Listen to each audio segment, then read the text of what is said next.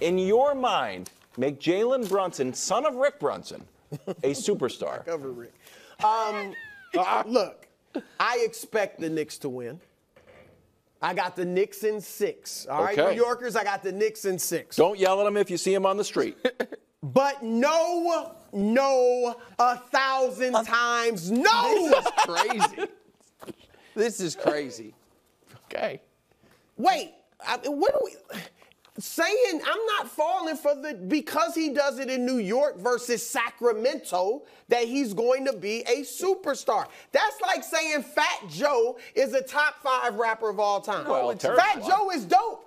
Fat Joe has some anthems, some classics, but he's not a top 5 rapper of all time. Jaylen Brunson is dope, but he's not a superstar yet. Nick, let me give you some bubble superstars.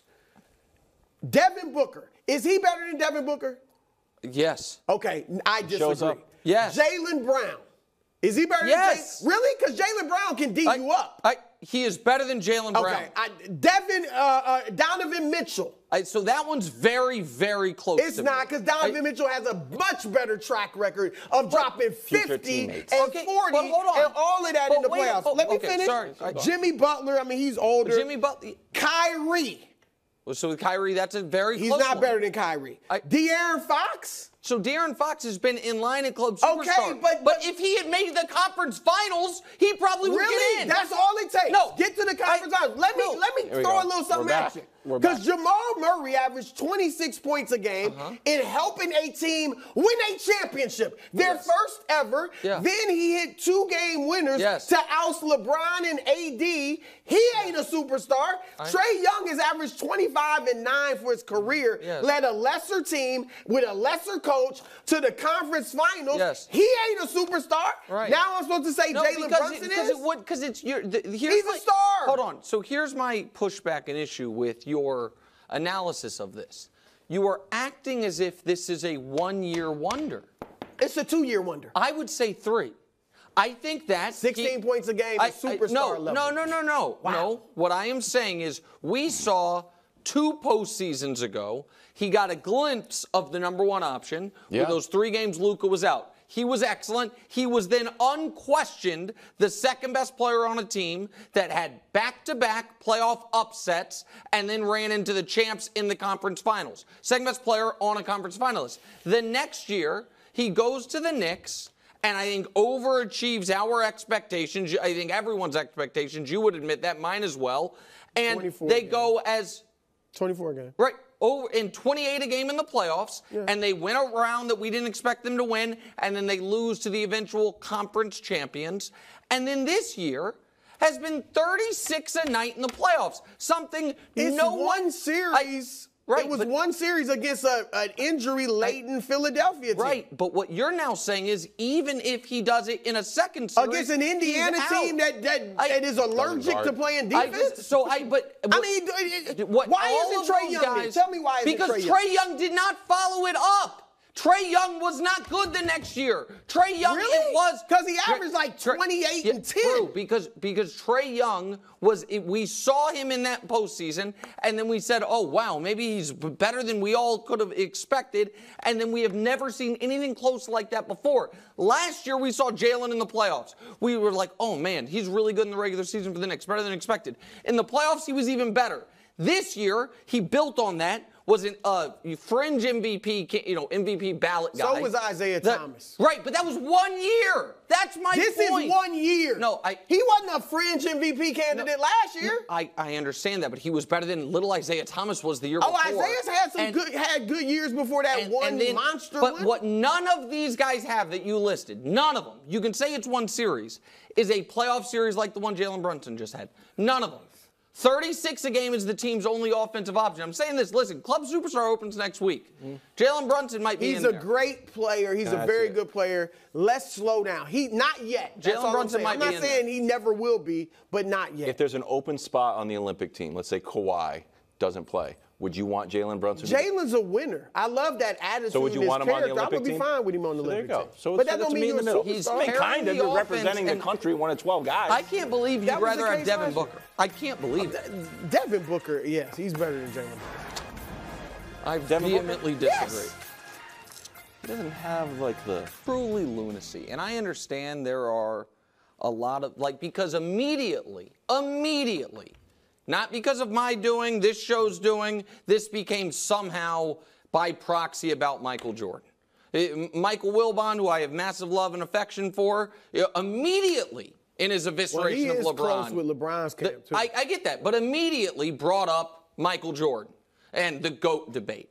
And a lot of folks that are tastemakers in this field talked about, Jordan's career, and forget the fact that, it's easy to not have a bunch of different coaches when your second coach ever is Phil Jackson. I get that. I understand that. But let's actually go through the LeBron coaching history. And you guys tell me where he was unfair or wrong or without precedent.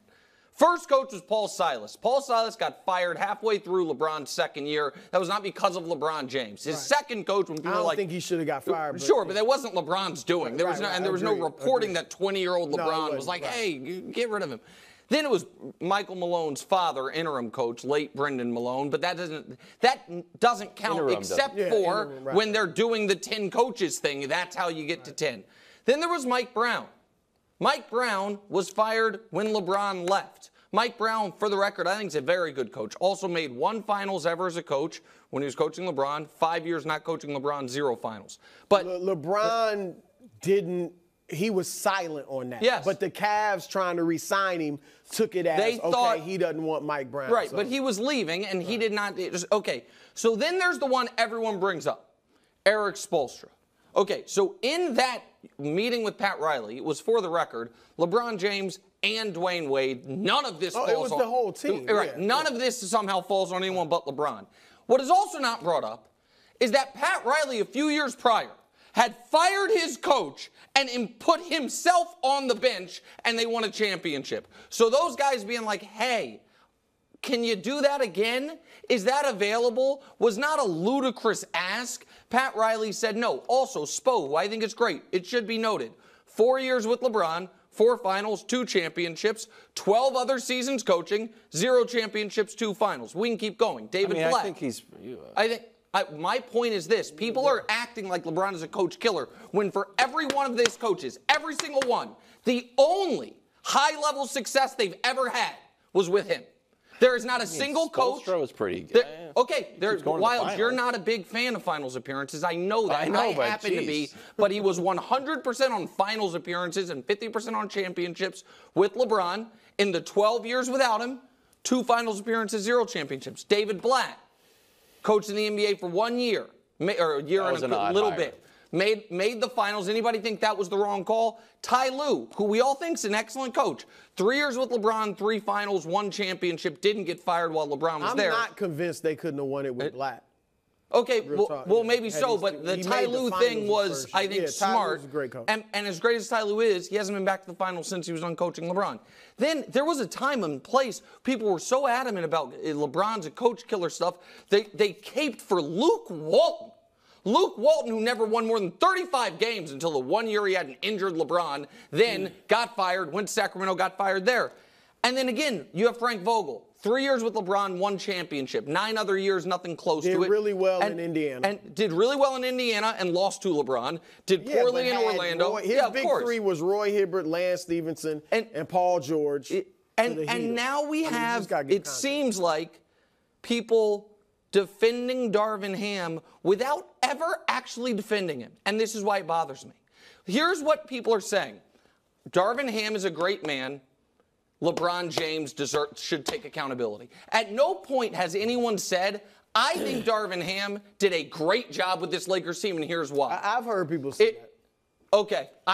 He took them from 33 wins to the Western Conference Finals. He managed the Russell Westbrook thing, which wasn't his doing, for half the season until they fired him. Sure. This year, they finished 11-3. They won the in-season tournament. I mean, Darvin, look, I'm with you in that I'm not with the killing LeBron thing.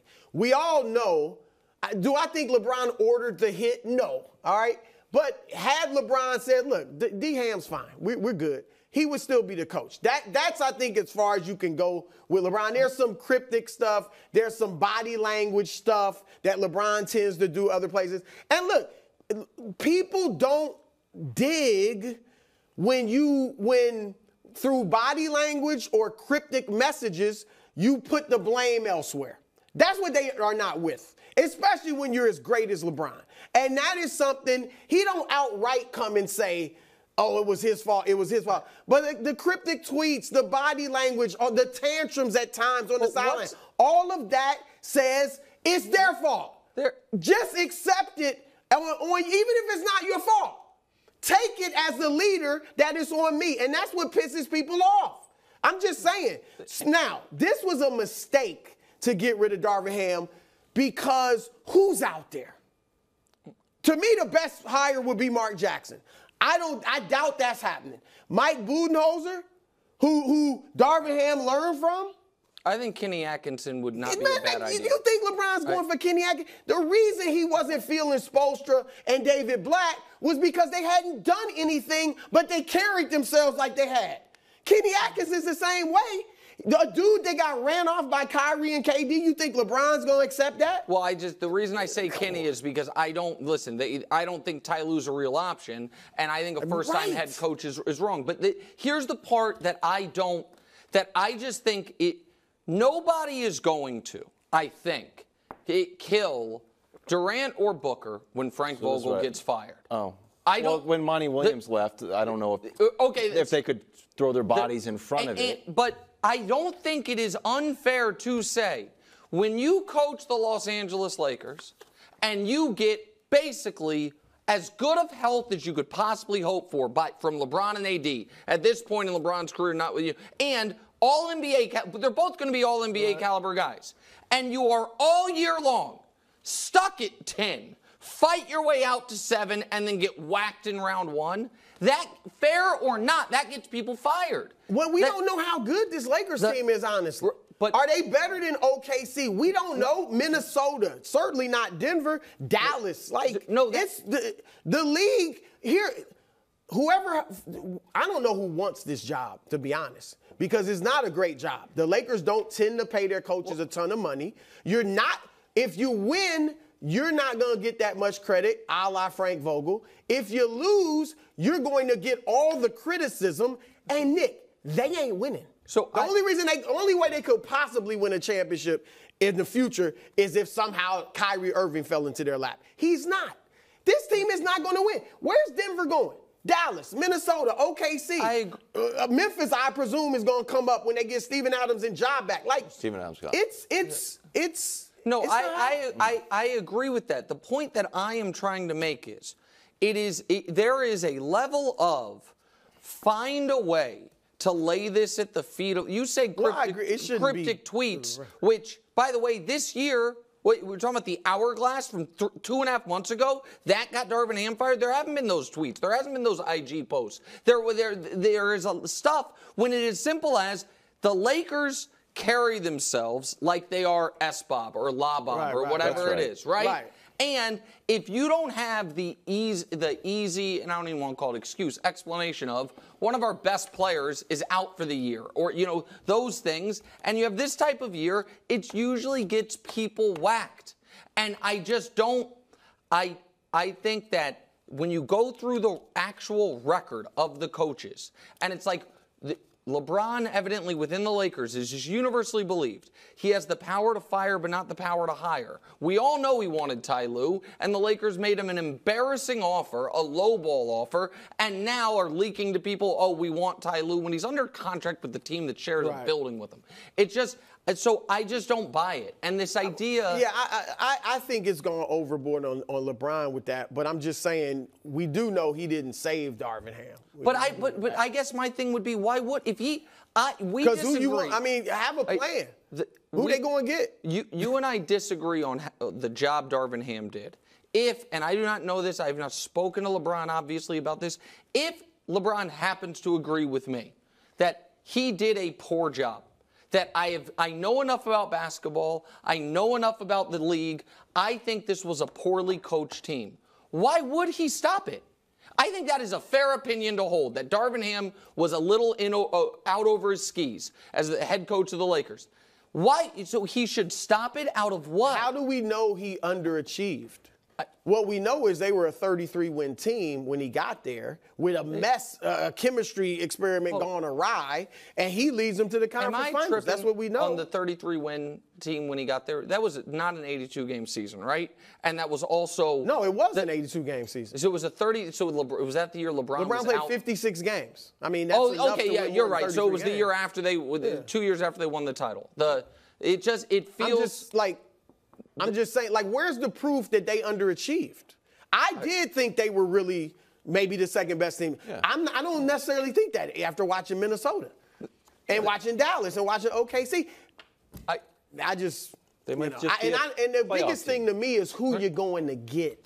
If Ty Lue was available, I'd be on board. Listen, if they ended up firing Darvin Ham to hire J.J. Redick, then I might agree with you.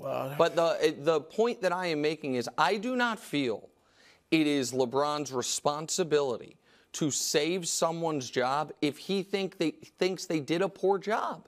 I think it is an outrageous burden that we would only ever put on him. I know, but just the history, I think the label comes from who did a good job in the course of his 20-year career. I think Mike Brown did a very good job. I think Eric Spoelstra did a very good job. But then the Spoelstra one is the one that people... So what we're talking about is that we are, Brew just told us, the whole Heat team, that Dwayne Wade was the longest tenured guy and the guy who had real history with Spoelstra, right? That team goes to Pat Riley and says, hey, Pat, you knifed Stan Van a few years ago. Can you do it again?